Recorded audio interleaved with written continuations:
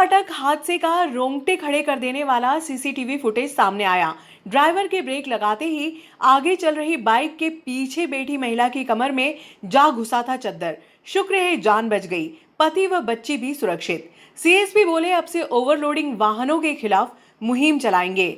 सवाल अभी क्यों, पहले क्यों नहीं किया। शनिवार शाम कोटा फाटक क्षेत्र में पिकअप वाहन चालक की लापरवाही से हुई सड़क दुर्घटना के मामले में भले ही पुलिस ने चालक के खिलाफ धारा 279 में केस दर्ज कर लिया है, मगर अगले दिन रविवार को सामने आए सीसीटीवी फुटेज ने हर किसी के रोंगटे खड़े कर दिए। फुटेज में यह स्पष्ट नजर आ रहा है कि तेज गति से चल रहे पिकअप वाहन चालक ने जब वाहन नहीं संभला तो उसने अचानक से ब्रेक लगा दिया, जिससे पिकअप में खड़े करके रखे चद्दर व लोहे के एंगल उछल गए। पिकअप में रखा हुआ चद्दर पिकअप के आगे चल रही बाइक पर बैठी हुई महिला राधा कुंवर की कमर में जा घुसा था, जिससे बाइक भी नीचे गिर गई थी। शुक्र है कि महिला की जान बच गई, वहीं बाइक चला रहे पति व बीच में बैठी बच्ची भी सुरक्षित है। नगर के व्यस्ततम मार्ग पर हुए इतने बड़े हादसे के बीच पुलिस का बयान सामने आया है। सीएसपी पिंटू कुमार बघेल का कहना है कि ओवरलोडिंग वाहनों व लापरवाही पूर्वक सामान भरकर ले जाने वाले वाहनों पर दंडात्मक कार्रवाई करेंगे। पर सवाल ये उठता है कि ये कार्रवाई इस घटना के बाद ही क्यों, पहले क्यों नहीं हुई। यहाँ हम आपको ये भी बता दें कि धारदार सामान ट्रैक्टर में ले जाना चाहिए। पिकअप में ले जा रहे नगर में ओवरलोडिंग वाहनों के साथ कई ऐसे लोडिंग वाहन भी घूमते हैं जो लापरवाही पूर्वक सामान भरकर ले जाते हैं, मगर समय समय पर कार्रवाई नहीं होने के चलते इनके हौसले इतने बुलंद हो जाते हैं कि ये किसी को कुछ भी नहीं समझते। इस पिकअप में जो सामान था वह धारदार था। ऐसे सामान ट्रैक्टर या अन्य संसाधनों से ले जाने चाहिए। बावजूद इसके पिकअप में सामान ले जाने का जोखिम उठाया गया। ड्राइवर भी ऐसा था कि वह वाहन ही नहीं संभाल पा रहा था। उसे जब लगा कि वाहन की स्पीड तेज है और वह स्पीड कंट्रोल नहीं कर पा रहा है तो उसने अचानक से ब्रेक लगा दिया, जिससे पिकअप में खड़े करके रखे गए चद्दर व लोहे के एंगल आगे चल रही बाइक में जा घुसे। दुविधा की बात तो यह है कि मंडी में 52 पुलिस कर्मियों पर सिर्फ एक ही ट्रैफिक जवान, नगर की आबादी विस्तार के साथ वाहनों की संख्या भी दिनों दिन बढ़ती जा रही है। जानकार बताते हैं कि नगर में औसतन लगभग 5 से 7 हजार से ज्यादा वाहन होंगे। ये संख्या साल दर साल बढ़ती जा रही है। इतने वाहनों के बीच मंडी थाने में पदस्थ 52 पुलिस कर्मियों के बीच केवल एक ही ट्रैफिक जवान है, जिसके जिम्मे पूरे मंडी क्षेत्र की यातायात व्यवस्था है। करीब 7 साल पहले तत्कालीन ट्रैफिक हवलदार कैलाश पटेल की सेवानिवृत्ति के बाद इनकी जगह दूसरे ट्रैफिक पुलिस कर्मी को नहीं भेजा गया। इसके अलावा भी ट्रैफिक के बल की जरूरत है, जिसकी पूर्ति की जानी चाहिए। अभी ट्रैफिक व्यवस्था में ट्रैफिक के साथ मंडी थाने का दूसरा बल भी लगाया जाता है, तभी काफी परेशानी होती है। ऐसे में ट्रैफिक का अतिरिक्त बल की जरूरत है, तभी शहर की यातायात व्यवस्था को सुदृढ़ बनाया जा सकता है।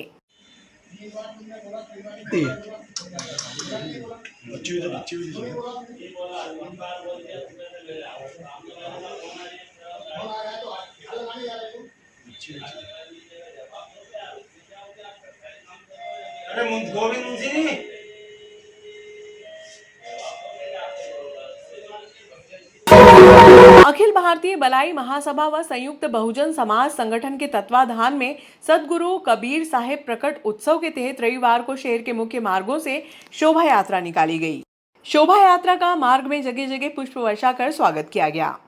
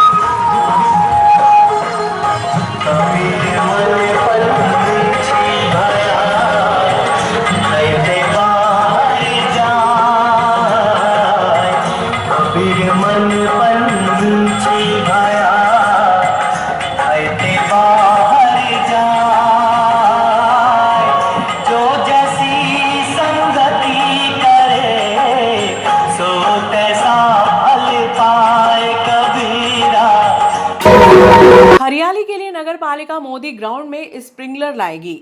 कोरोना काल के दौरान शहर के गार्डन, मिनी गार्डन व मोदी ग्राउंड की व्यवस्थाएं प्रभावित हुई हैं। नगर पालिका अब स्प्रिंकलर लगाकर मोदी ग्राउंड में वर्ष भर हरियाली बनाए रखने का कार्य करेगी। ये बात नगर पालिका में पूर्व विधायक दिलीप सिंह शेखावत ने लेदर बॉल क्रिकेट टूर्नामेंट के समापन अवसर पर कही। उन्होंने कहा कि वर्ष 2024 में नगर पालिका वृहद स्तर पर क्रिकेट टूर्नामेंट का आयोजन करेगा, जिससे शहर की प्रतिभाओं को अपना प्रदर्शन करने का अवसर जरूर मिलेगा।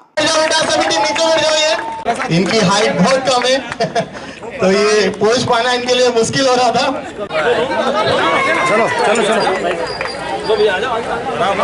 इन सभी बच्चों को हमारे अतिथि द्वारा सम्मान प्रदान करते हुए कैप्टन कौन है? देखो सामने। चलो क्या? ठीक। इशिका,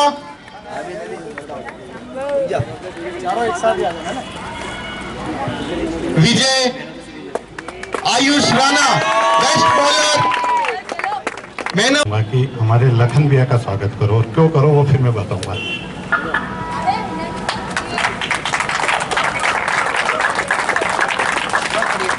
देखो, मैं हो सकता है मेरी जानकारी के अभाव के कारण ये बात कह रहा हूँ, लेकिन मैंने नागदा में पिछले 20-25 वर्षों में लेदर का टूर्नामेंट नहीं देखा। लेदर का टूर्नामेंट पहले ग्रेसिम में, भारत कांग्रेस में शायद उद्योग वाले कराते थे, लेकिन इस नागदा शहर में लेदर खेलते जरूर होंगे बच्चे, लेकिन लेदर का टूर्नामेंट मैंने शायद 20-25 साल में नहीं देखा। और उसमें भी एक खास बात ये है कि 15 साल से कम उम्र के बच्चों के लेदर का टूर्नामेंट कराना, ये बहुत प्रसन्नता की बात है। इसलिए मैं सारे खिलाड़ियों से कहूँगा कि जोरदार ताली बजा के इनका स्वागत करें, अभिनंदन करें, क्योंकि लेदर के बॉल से खेलना रिस्की रहता है। उसके लिए पैड, ग्लव्स और बहुत सारे ऐसे संसाधन होते हैं, हेलमेट है, ऐसे संसाधन होते हैं जिसकी ज़रूरत बहुत पड़ती है।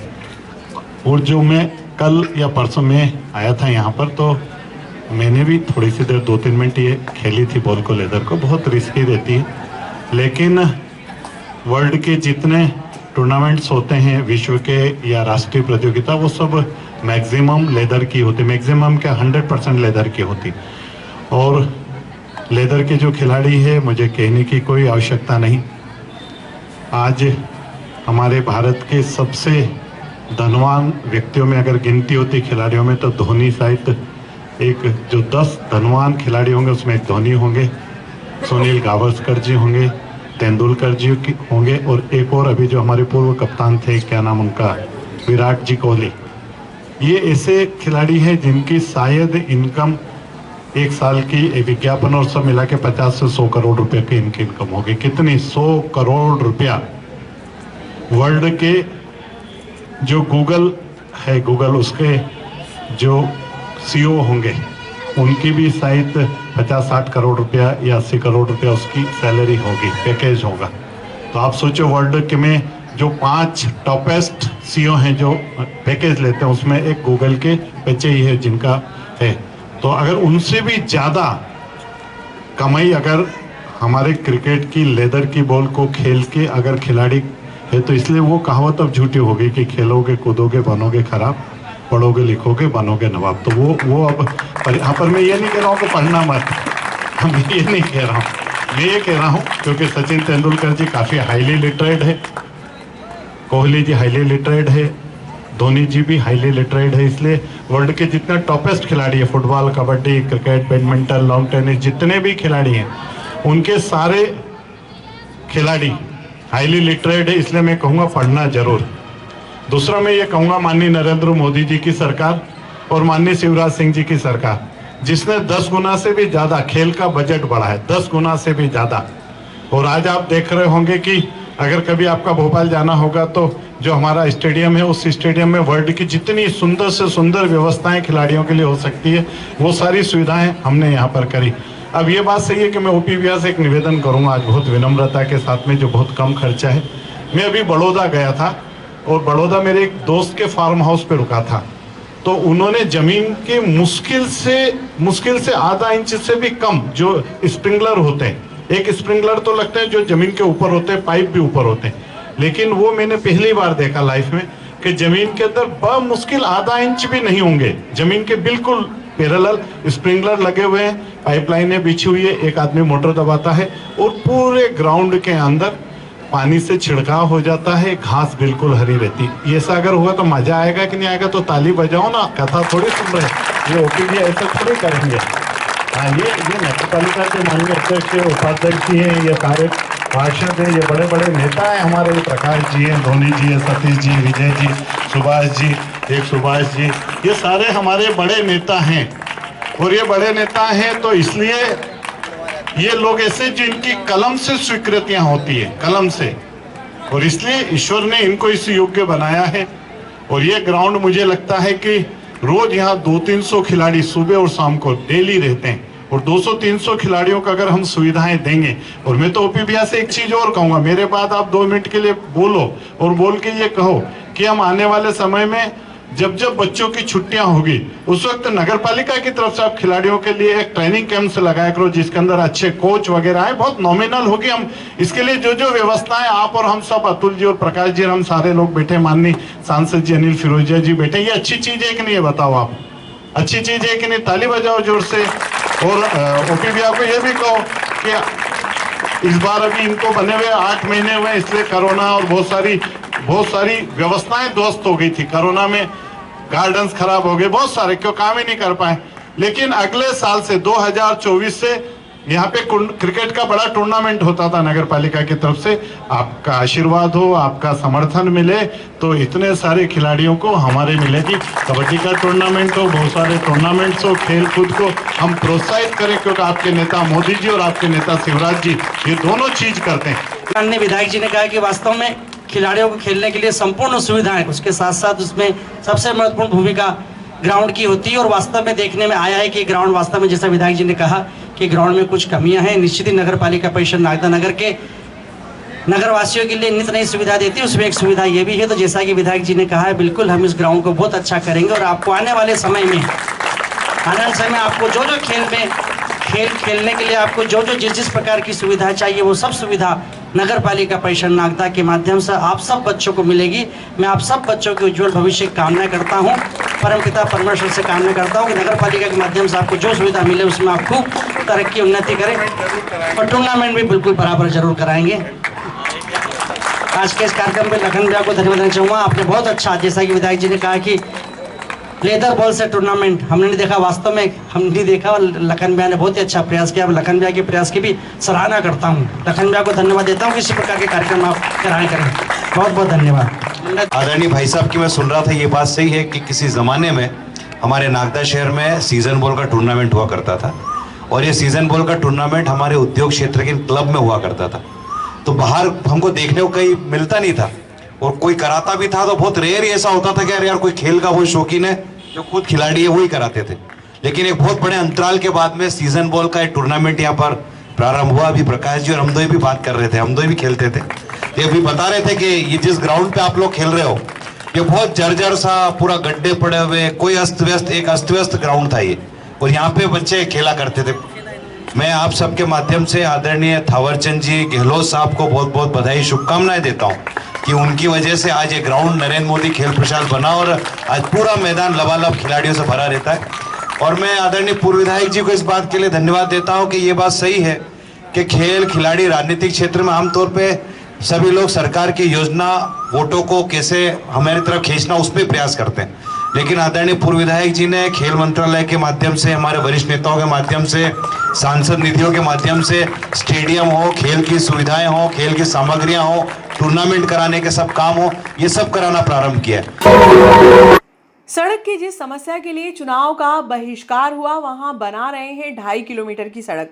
पूर्व विधायक ग्रामीणों के सहयोग से ऊंचा हेड़ा से बांगरोड तक बनवा रहे हैं सड़क की जिस समस्या के लिए चुनाव का बहिष्कार किया जा चुका है, गांव से 2.5 किलोमीटर की सड़क जन सहयोग से बनाने की पहल पूर्व विधायक दिलीप सिंह शेखावत ने की है। यहां हम बता दें कि नरेड़ी पाता से आक्या टकरावदा के बाद अब ये तीसरी सड़क है जिसे शेखावत द्वारा बिना सरकारी मदद के जन सहयोग से बनवाया जा रहा है।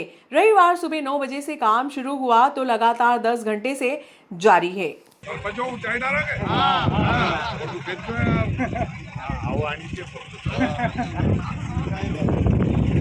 सब इधर देखो एक बार।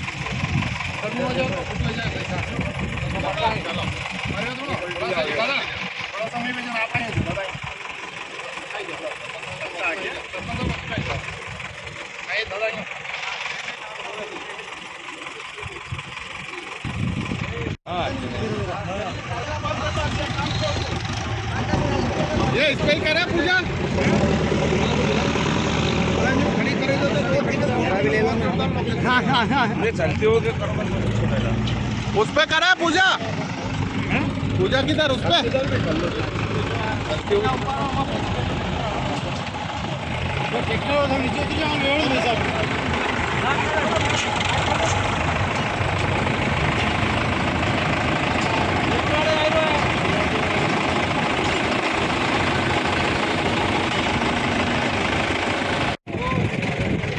फोटो खींचा उधार आएगा। हेलो भाई ट्रैक्टर लगाओ दादा अपना है जो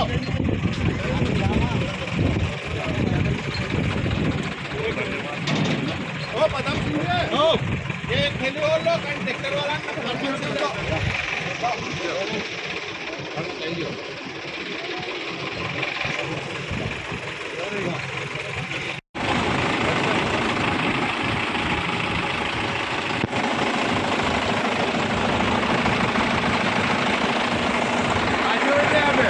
Thank you.